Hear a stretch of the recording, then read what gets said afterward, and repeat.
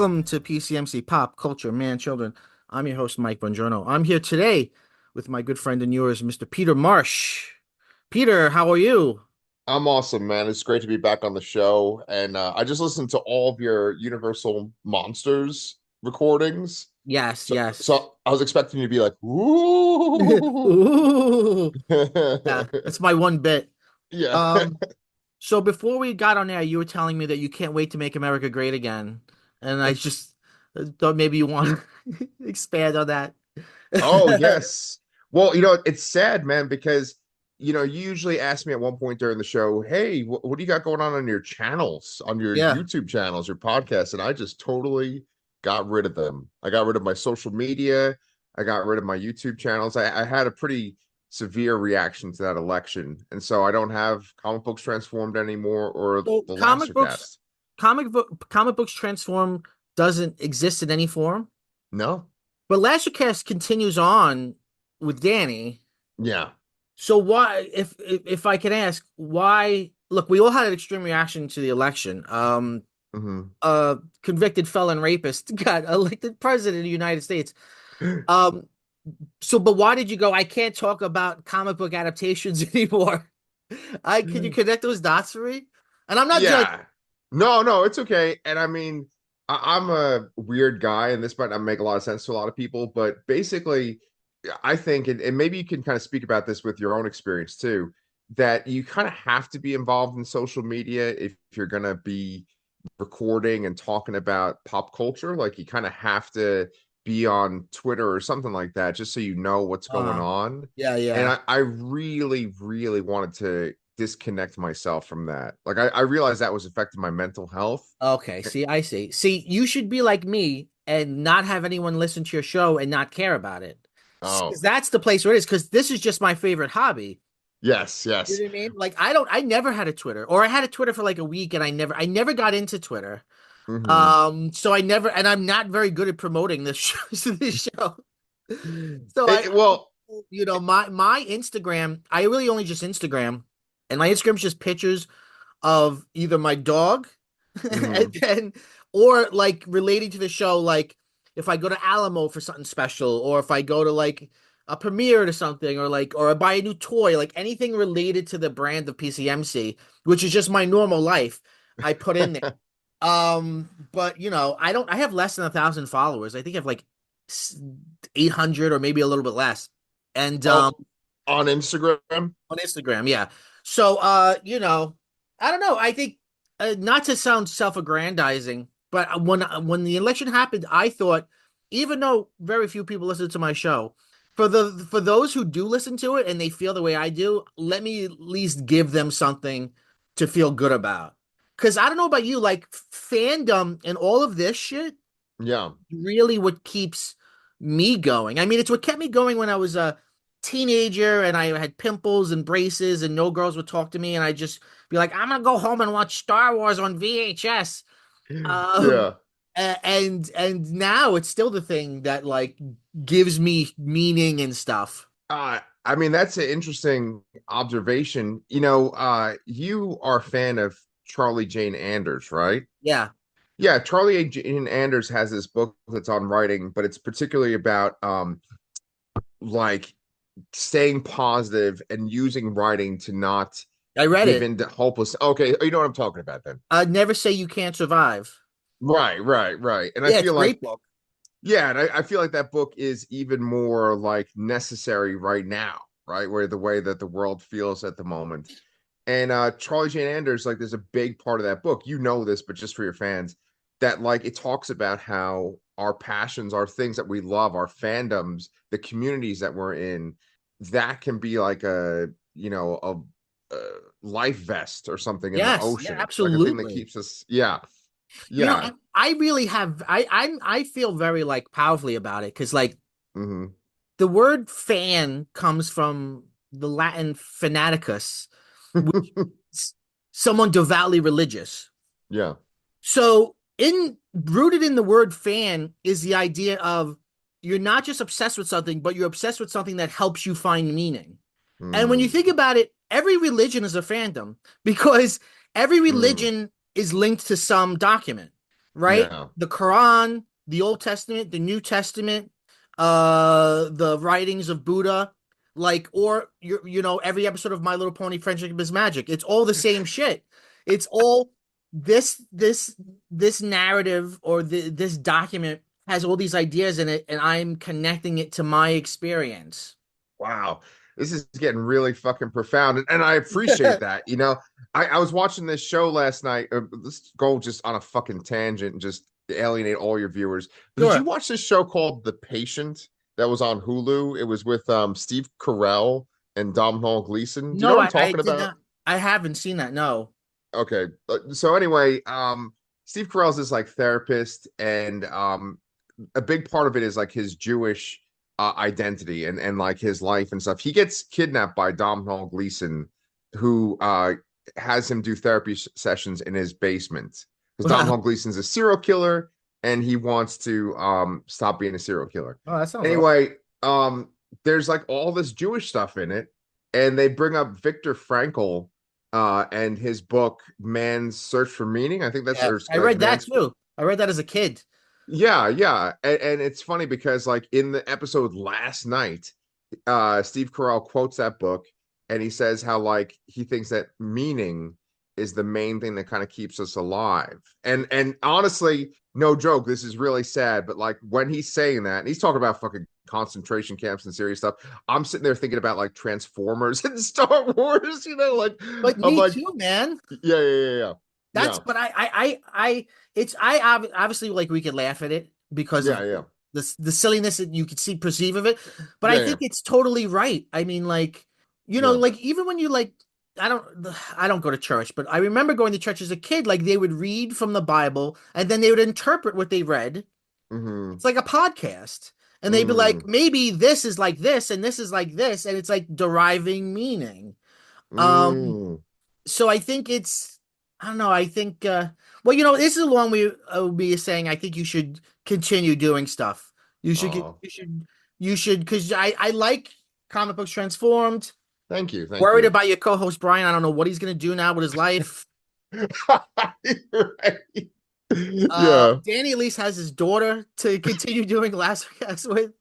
No, yeah, yeah, no, I know. And Danny, like, he is just always putting out stuff. He just loves to review. He goes to the movies like so much. He's a It's ridiculous. machine. He does those mini reviews. He really Yeah. knows how to like work like the reels TikTok of it Mm-hmm. all. Mm-hmm. Yeah, that's Um, based on this app that people used to use called Stardust. Do you remember that? no, I don't.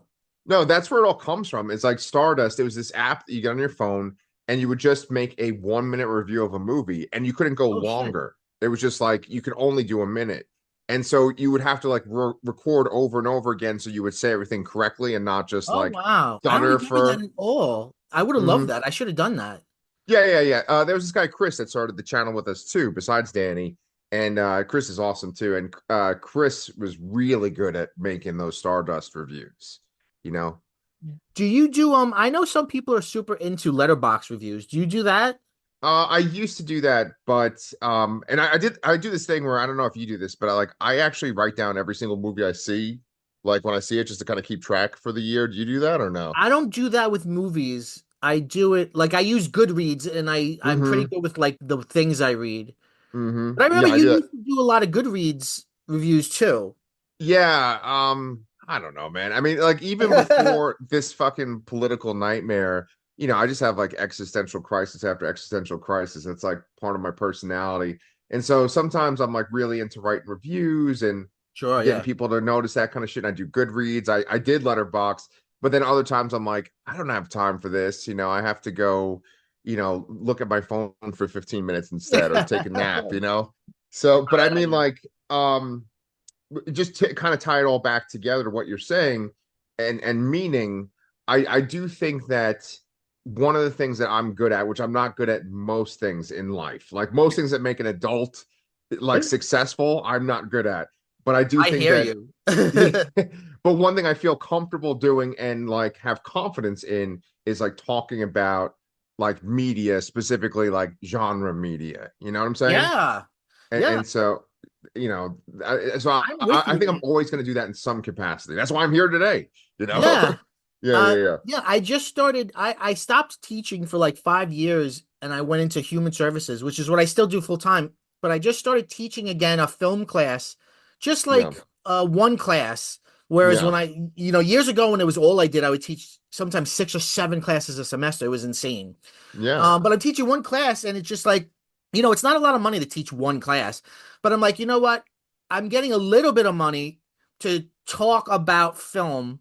Um, that enough is like worth it for me. Like I get to, I feel like I keep sharp because here on my podcast, I don't talk about the basics ever. You know what I mean? Like it's always good to teach a class because it's like it sharpens up your like it makes me think again about like editing and like like camera like real like basic shit because like my Hmm. students don't know anything. Right?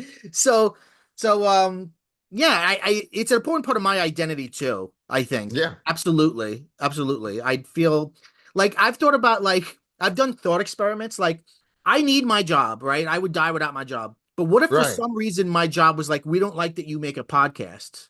You have to quit your Oh, podcast. I've really thought of like the obvious adult answer would be, well, you just got to do your job. But I've yeah. really agonized over this fake hypothetical I've created Hmm. where I'm like, shit, what would I really do? Yup. Yup. Dude, it's Like, I'd amazing. die without PCMC. Yeah.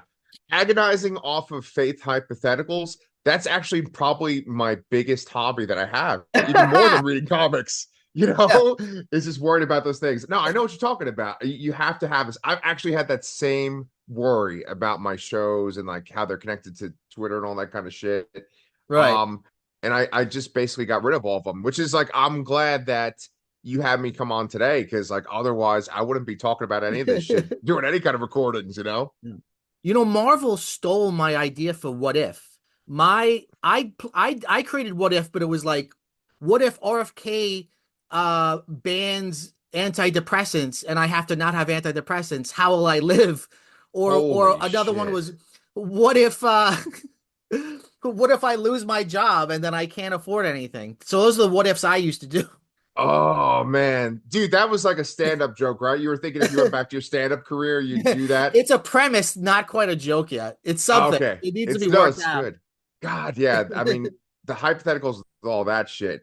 Honestly, man, if there's someone listening right now off this whole big rant that we're doing right now, and it does make them happy just based on what we're talking about in this current world, I'm just glad that we can make somebody happy. Yeah. You know, because honestly, it's I mean, what is it today? Like November 23rd or something like that.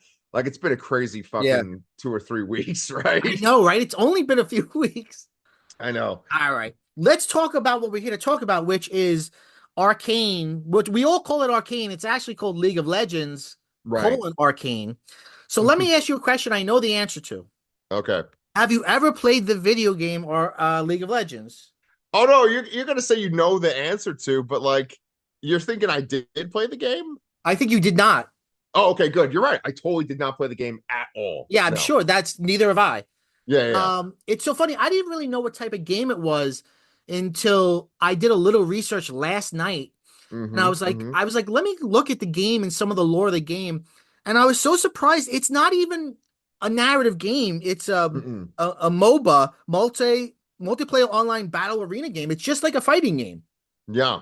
which is And it's crazy because this narrative, Arcane is like, what a jump. It's crazy in yeah. terms of the source material to the adaptation is it's wild. Oh, it is. It's like going from like the original Pokemon game to like Dune. Yeah, Right? It's just yes. yeah. Yeah, yeah. No, Mike, it's interesting, right? Because I think that League of Legends is like the first MOBA game, Yeah, right? it started. It's they go like seasons, so like Mm-hmm. they're up to like season God knows what. They started a while ago, Yeah. and it is wildly popular for those who play it. And I didn't even realize like a lot of the characters in the show are in the game, although Mm-hmm. sometimes the origins are like Jace, who's such like I think a well constructed character. He's a scientist and he's conflicted. In the game, he's Yeah. just a good looking guy that fights with a big hammer. And it's like, oh, okay, That's why he has the hammer in that one episode. But then when I learned that, I realized what clever writing it is in like episode 7 or whatever, when he's got the hammer and he's with Vi and she's got the gauntlets and it looks like they're about to fight and then he just walks away. What a Yeah. cock tease that must have been for fans of the game. Like, oh, it's gonna happen, and then it doesn't. That's brilliant. Yes. No, no. It's such an interesting thing because, like, I think the personalities, like the origins of these characters, really just come from these like little bios that the Yeah. characters have, right? It's weird. I started to do some research too. I went on YouTube, and there's all these videos about the lore of Arcane or the lore of League of Legends, and the lore goes back like hundreds of thousands of years. I mean, it Right. goes back to literally the creation of this universe. And this story that this show is based on is just a small portion. Like, I mean, just to kind of put into context, it's like, I don't know, if like we're talking about Star Wars, no, that's not maybe a good example, like Game of Thrones, and it's just like you're just talking about like Winterfell or something, and there's all this other Right, shit. right, right. You know what I'm It's saying? Yeah. yeah, no, it's amazing. I think there's so much um that they could do. I mean, obviously the show said, look, we've got this game that's not even a narrative game, but has just a shit ton of lore. Right. Let's really dig into that. And I mean, it's wild. I mean, you even think, okay, the show would have a lot of fighting, at least a fight in every episode, and that's not necessarily true. There's a lot of fighting, and there's a lot of good fights, but Mm-hmm. it's not fight, fight, fight. Like there's just as Mm-mm. much like political intrigue and Mm-hmm. like character building and shit Mm-hmm. than anything else. It's really wild, and like things to say politically. I mean, Mm-hmm. to get into it a little bit, like the world of the show, I don't even know the name of the planet or whatever, or what planet they're supposed to be on. But in the Okay, so yeah, the go on. world in League of Legends, that world that they're on, it is just one world. It's not like Star Wars where there's multiple worlds. It's called Rune Terra. That's the name of the world. Rune Terra. Do they say that ever in the show? I don't think so. I don't think so, man. I No. really don't know. Okay, Yeah. so that's the planet. Yeah, there's all these other different states, nation states that have their own thing going on. But this show is based on um Piltover, Built over. which is I mean this is a genre idea, the idea of a ziggurat, right, where like at the top you have all the money goes to the top and all the research and progress, and people live at the top live very nice comfortable lives and they feel like they're future faced, and then underneath is the proletariat. It's the air is bad. When people from the top go down to the bottom, they actually have to wear a gas mask because they're not used to the air down there, and Yeah. that's full of crime and drugs and labor and they don't like each other. The ones in the undercity want to rebel. The Yeah. people in the city above treat they have a council but they never think about the needs. They just think of them as savages. It has Right. so many um I mean real world political. I mean you could just I mean from United States, the way we treat Native Americans, to South Africa and the apartheid, to even if you just look at it in terms of like Karl Marx and the superstructure. Like the top is where things are great and everything is consolidated, and the bottom is where things suck. And it's quite literal in this. Yeah. Um, it's such a right, beautiful environment. Yes. Beautiful being, Yeah. not beautiful like poverty isn't beautiful, but the show is so beautifully like constructed. Yeah. Yeah. And it's really interesting because like aesthetically it's represented on screen, right? Because with Piltover, it's got this sort of retro steampunk, like open city view, right? Like where it's Yes. just like it's always dawn. It's always like, daytime, and there's these like blimps and shit flying around, and you always see the sky and these sort of like European kind of steampunky buildings. Yeah. Then you go into Zone, or I'm sorry, Zon. Zon, yeah, yeah. But they don't And call it Zon until much later on. right, and there's a thing from the game too I wanted to talk about with that too. But obviously it has this kind of like underground feeling. They It's call it got the that sort of lanes. The lanes. Yeah. yeah, and that's a reference to the games too. But it's got almost like that kind of Joel Schumacher Batman Forever kind of vibe where it's got that Yes. fluorescent colors, but it's like in this Yeah. urban setting, It's interesting. right? I think the lanes is it feels to like whereas Piltover, it has a I think a kind of Western, maybe like European vibe to it. Like Mm-hmm. especially like you think Mm-hmm. about the enforcers, which is their police force, they look very like their costumes are very like British looking. Yeah, yeah, yeah. Whereas I think the lanes has more of an Asian feeling to it. I think so. Yeah. And then once the de facto leader of the lanes is Vander, Right. once Vander dies and then the show does a time jump, I think Yep. the lanes looks really cyberpunk at that point. Mm-hmm. So it's Absolutely. like it's like a nerd's dream because it's like cyberpunk and then steampunk right above it, Yes, all yes, happening just at the fighting with same each time. other. Yeah. And so the thing I wanted to say about the video game is that Zone and Piltover are two separate cities Oh, in the really? game. They're not like on top of each other. They're not like, where one is controlling the other. It's not like that. They're two separate places completely in the game. So the show's not canon to the game, really. Yeah, yeah. I mean, that was a really great video that I watched yesterday, was talking about how the show is not canon and that a lot of fans, maybe the majority of fans, actually want Arcane the show to be canon. Right. Because, and I mean, this is a whole can of worms. This is like a thing that we can kind of, a path we can go down right now. But there are significant differences. Like when you talk about the character bios, when you look at the bios for like Jinx and Vi and stuff, in the game, Jinx and Vi are not sisters. Oh, really? I didn't know that. Yeah, yeah. They have their own separate bios, and there's things that are alluded to in their bios that you could kind of say the show kind of fills in the gaps for, Okay. but there's not things that are like explicitly said in their bios that they're like, oh, we're gonna put this into the show, you know? So I like saw. Yeah, sorry. no, like Jinx, for instance, she almost kind of has like this Harley Quinn I was just gonna kind of say, like, person. yeah, I saw a video that was basically like Jinx in the game is kind of a Harley Quinn rip. Right. And so there's a lot of mystery about her in her bio, but obviously the show like gives her a very direct origin, Right. We see her as right? a child before she's Jinx and everything. Right. And Vi kind of has this more like generic hero bio, but then it's like, okay, well, we see her relationship with Powder and then, Jinx and Yeah. stuff. Um, like Vander isn't in the game at all. He's kind of Really? like, yeah, yeah, there's like reference to like a leader from that time or whatever, like when Zone had this kind of dynamic that it does in the beginning of the show, but he's not in it. Silco, who's kind of like his counterpart, but like Yeah. the evil version, he's not in the game at Oh, all. wow. Yeah, Such yeah. huge, such important characters too. In the show, Yeah. absolutely. Yeah, Vander yeah. is the man that I want to be. I Oh love yeah, Vander. Vander is, let's talk about some of the characters. Vander is the de let's do it. facto leader of the lanes. And he helped, along with Silco, who now is his enemy, he helped sort of start a revolution. But, there's a lot of bloodshed and not a lot came out of it. They didn't get the independence they wanted.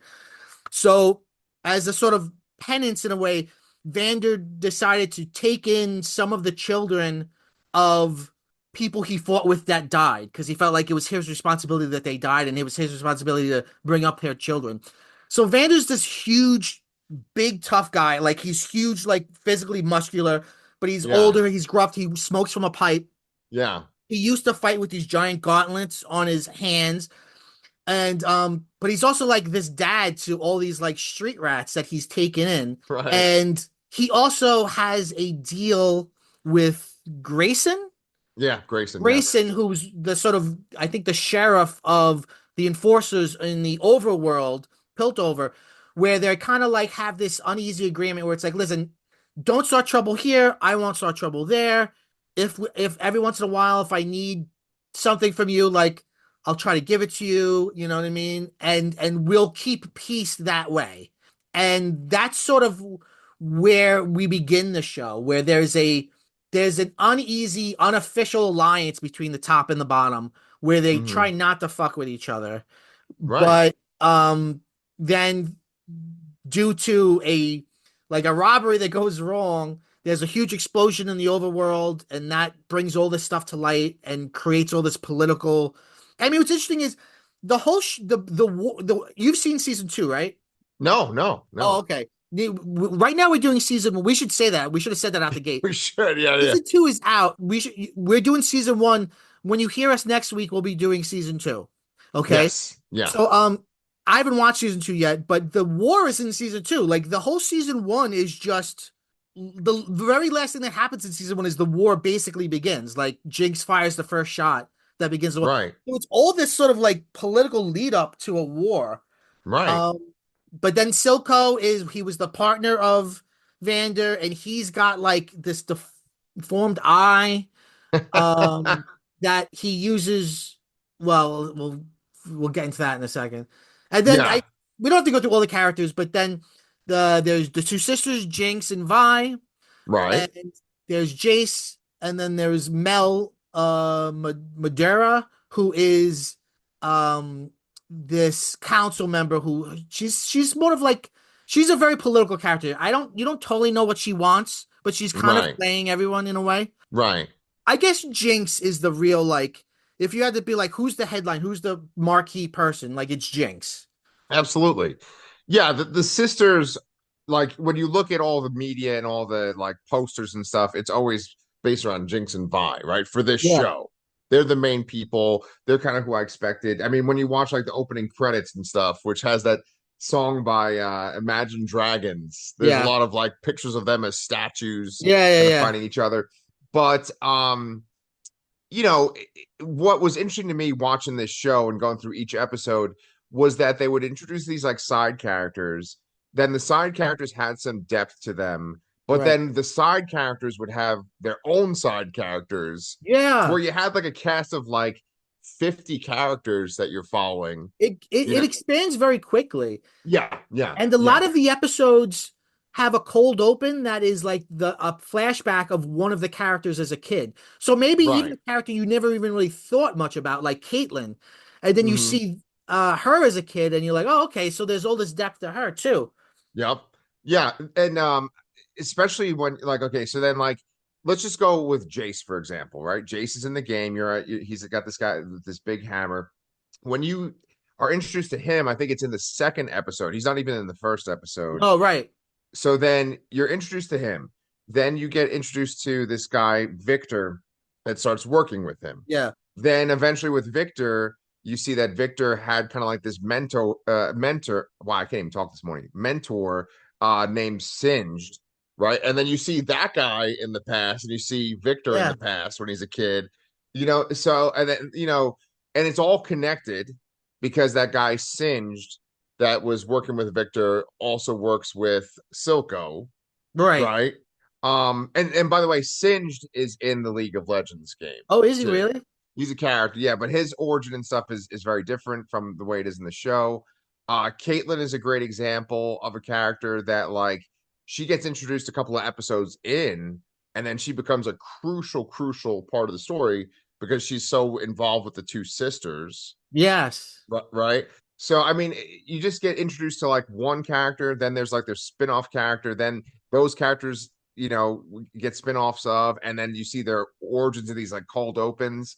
Like if we talk about Jace for a second, I think he might have had the most interesting cold open out of all of them. I'm Do you trying to remember remember his? his. Oh, right. Yes. It's him and his mother are saved by a mage. Right, right. And I just thought that that sequence was really, really well done, where Oh, they're like and in. it's beautiful looking. We haven't said yet the animation style of the show is absolutely gorgeous. It's by a French studio named Fortiche. I don't know if I'm saying that right. That sounds right. And they work on a lot of games and stuff, but they made this and I'd say it's in line with that sort of style that I think began with Into the Spider-Verse and continues Hmm. with like Blue-Eyed Samurai and Ninja Turtles Mutant Mayhem, where it's like 3D and 2D put together. It's 3D, but it's got all the charms and handmade quality of 2D. Yeah, And it's absolutely this show is just if you're an animation fan, this is such a gorgeous show. And I think I yeah, go on. no, I was gonna say I think that like even Puss in Boots, like I think it was called like The Yeah, Last Wish, that kind of had that effect on it too. yeah, yeah, And yeah. I really do like that. I looked up pastiche or pastiche or I'm sorry, fortiche or whatever they're What a show, called. yeah.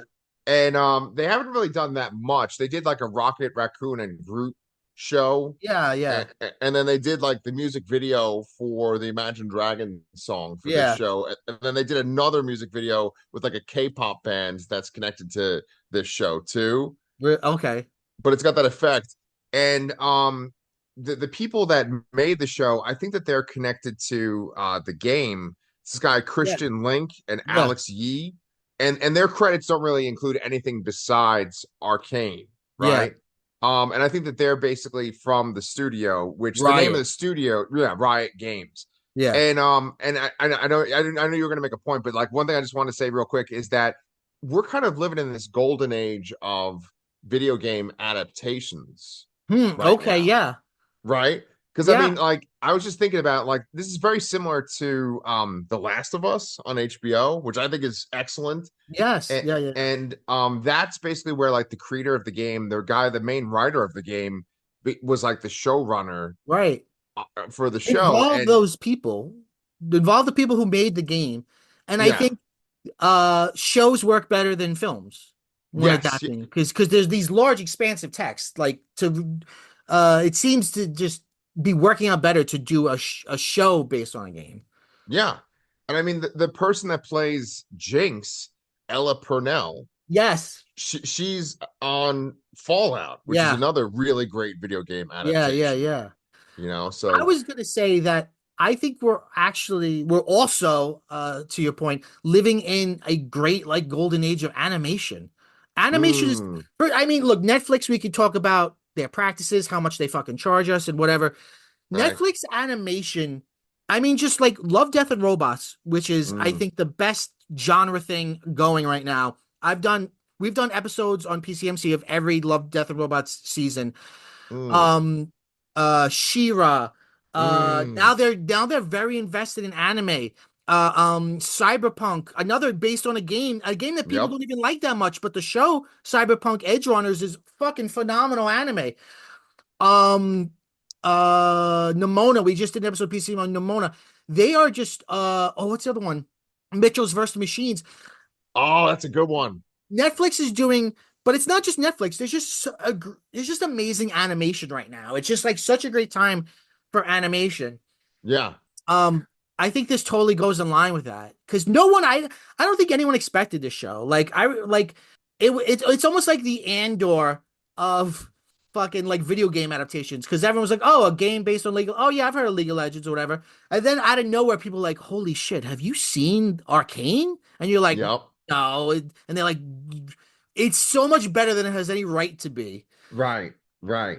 That is the perfect way to describe this show. And it's funny because like the voice talent and stuff behind it is pretty impressive too, right? Like because um Haley Steinfeld, Who I she's love. Vi. Yeah, Yes. yeah, exactly. Right. Because if you think about her, right, in general, right, she's Hawkeye in the MCU now. And then, I mean, she was in Bumblebee, which is like, I think that might be my favorite live action Transformers movie. It Yeah. is. Bumblebee. And then she's also Gwen Stacy or like Spider Gwen Yes, in the that's right. Spider-Verse movies, you know? Then we have the Ella Purnell She's that I also mentioned played before. Emily Dickinson. Oh, there you go. Okay, I perfect. think if you look at like all the young actresses today, I feel like her trajectory is so much cooler than a lot of other people's. She seems Hmm. to really just do cool things that she wants to do. Oh, absolutely. Yeah, yeah. And I mean, people get kind of typecast in the genre stuff. Like I think that probably they saw her in Spider-Verse and like, oh, let's get her for this, you know. But you know, she's great. Yeah. You know, it's great acting between the two sisters. I think Ella Purnell is great as Jinx.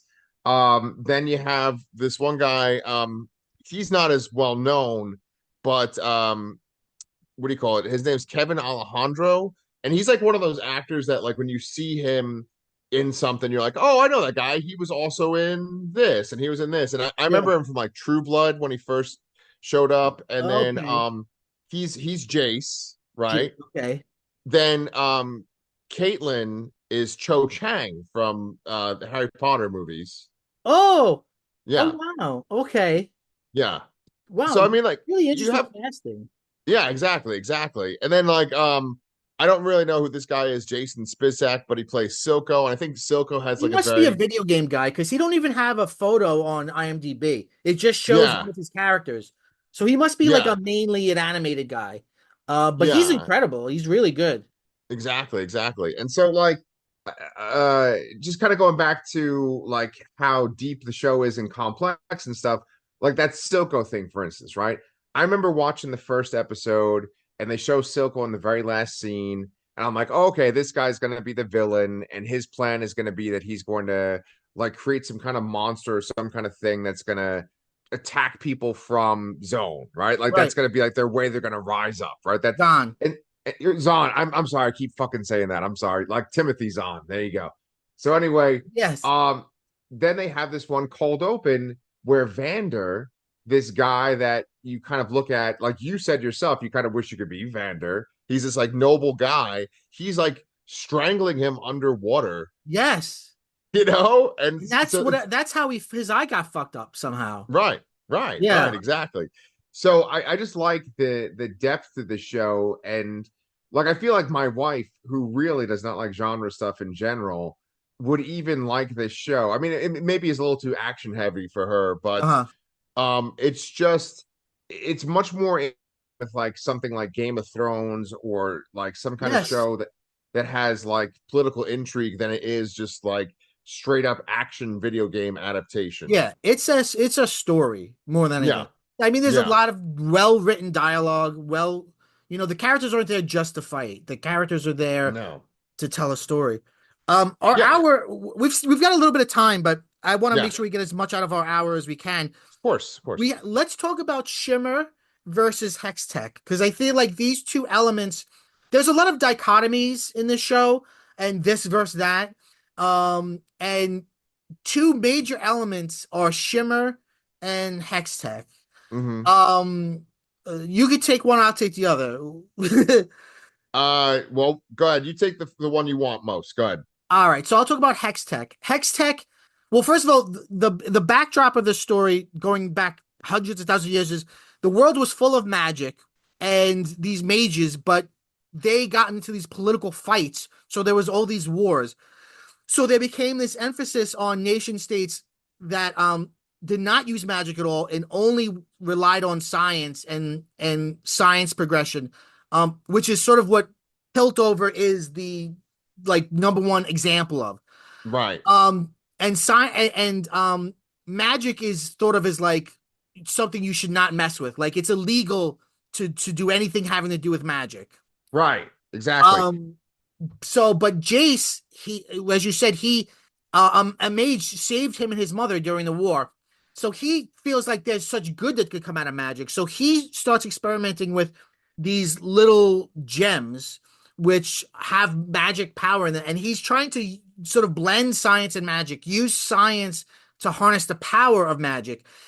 And him and Victor, the person he's working with, create what they call hex tech, Hmm.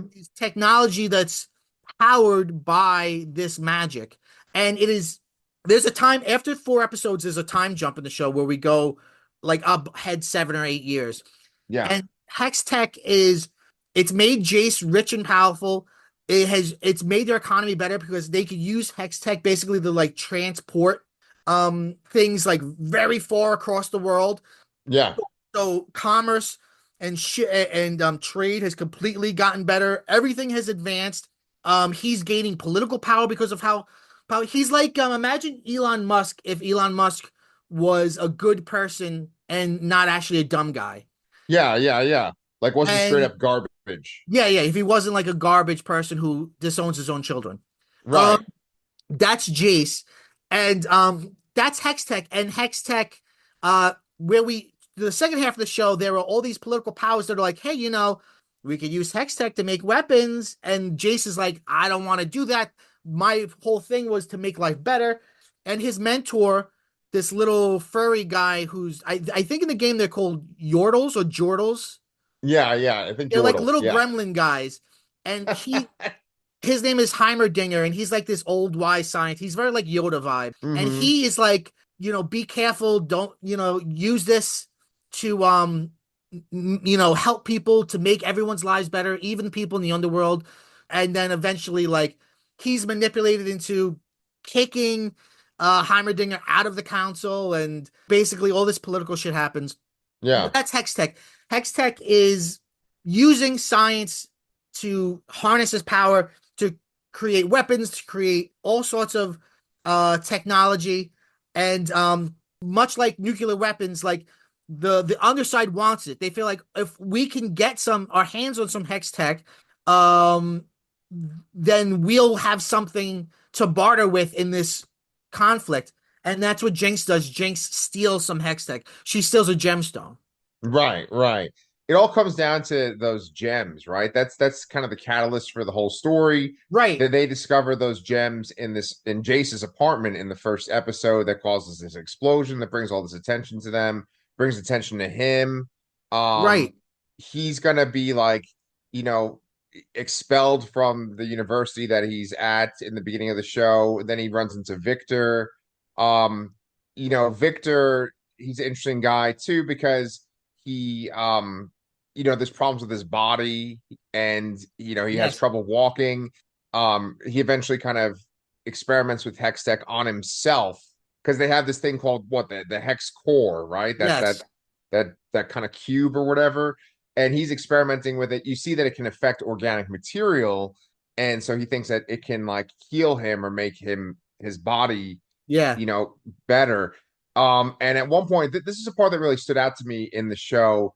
There's this like side character to this side character, Victor. Her name's Sky. She's like his assistant, and they even show a fucking flashback that shows him meeting her when they're kids. yeah, And at one point, he's experimenting with the hex core, and she just essentially gets obliterated yeah, by the machine. And that part really stood out for me, because she was so enamored by him and cared about him. And then, like, because they're using this device, she's just like fucking dust yeah, after they use it. So this is very dangerous stuff. And they're basically using technology to, like, utilize this magical power. And that guy Heimerdinger that you talked about, he is very like against it. And he's like, we can't do yeah, this. This is very dangerous. And as the show keeps going, just things just keep escalating.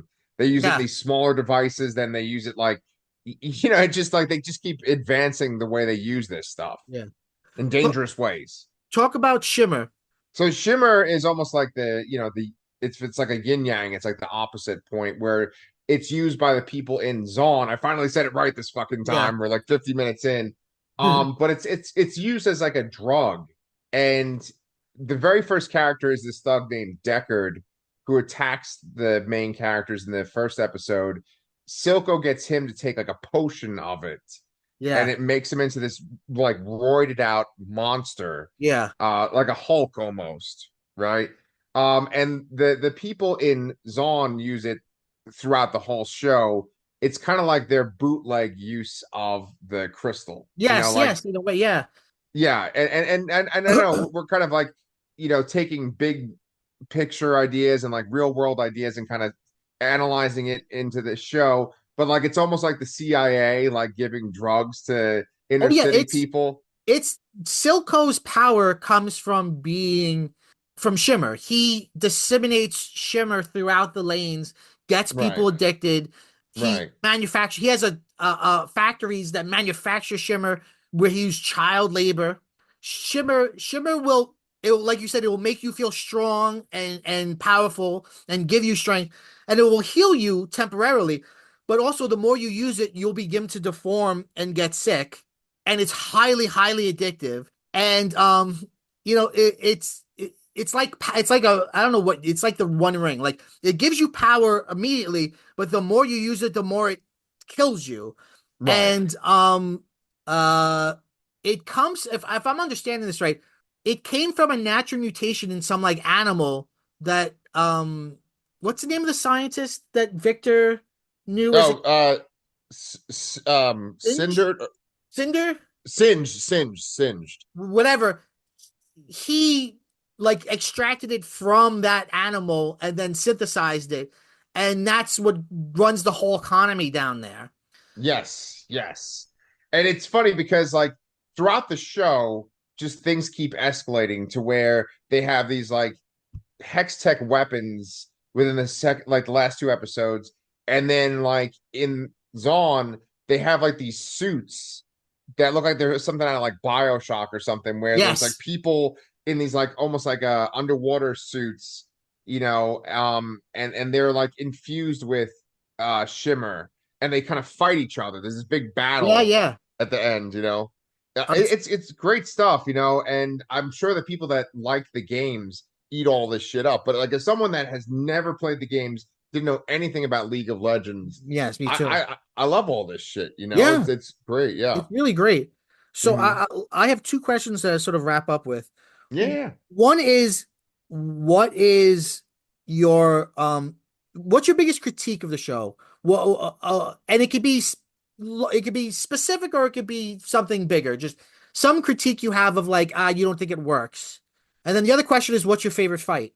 Oh, okay. I have a very easy answer for that second one. Okay, But for the first question, I just think that it's not subtle at all. The show's not subtle. sure, yeah, It's super super melodramatic. The way that some characters, especially Vi and Jinx, their reactions to things are like so over the top. yeah, It's yes, ridiculous. That would be my critique of the show. But I would not say that the show is ever boring. I wouldn't say there's any kind of like filler episodes. I'd say it kind of tells this straightforward story, and it explains this world to me that like is a very complex world. There's yeah, so much fucking lore to this show, and I think it just really does a great job of putting a magnifying lens onto one part of the story and yeah, just really focusing on that. So my yeah. my one critique is that it's just like kind of over the top dramatic. Okay. My critique is related to that, which is I think that I don't mind it being over the top dramatic, but I feel like specifically in the character of Mel, the councilwoman Mel, Moderna, Pfizer, whatever her Yeah. name is, Pfizer. um, she is subtle. She is like in a more subtle show. And so like I'm always like, what is she doing? Which is like fine. Like in any political intrigue show, there are people that you're like, I don't know what their angle is. I don't know what they're working. Hopefully that'll be explained to me, or I can infer that as time goes on. But sometimes I feel like they don't fit in the same show. Like Hmm. you've got Mel over here like making these tiny little like whisper in people's ear kind of political moves.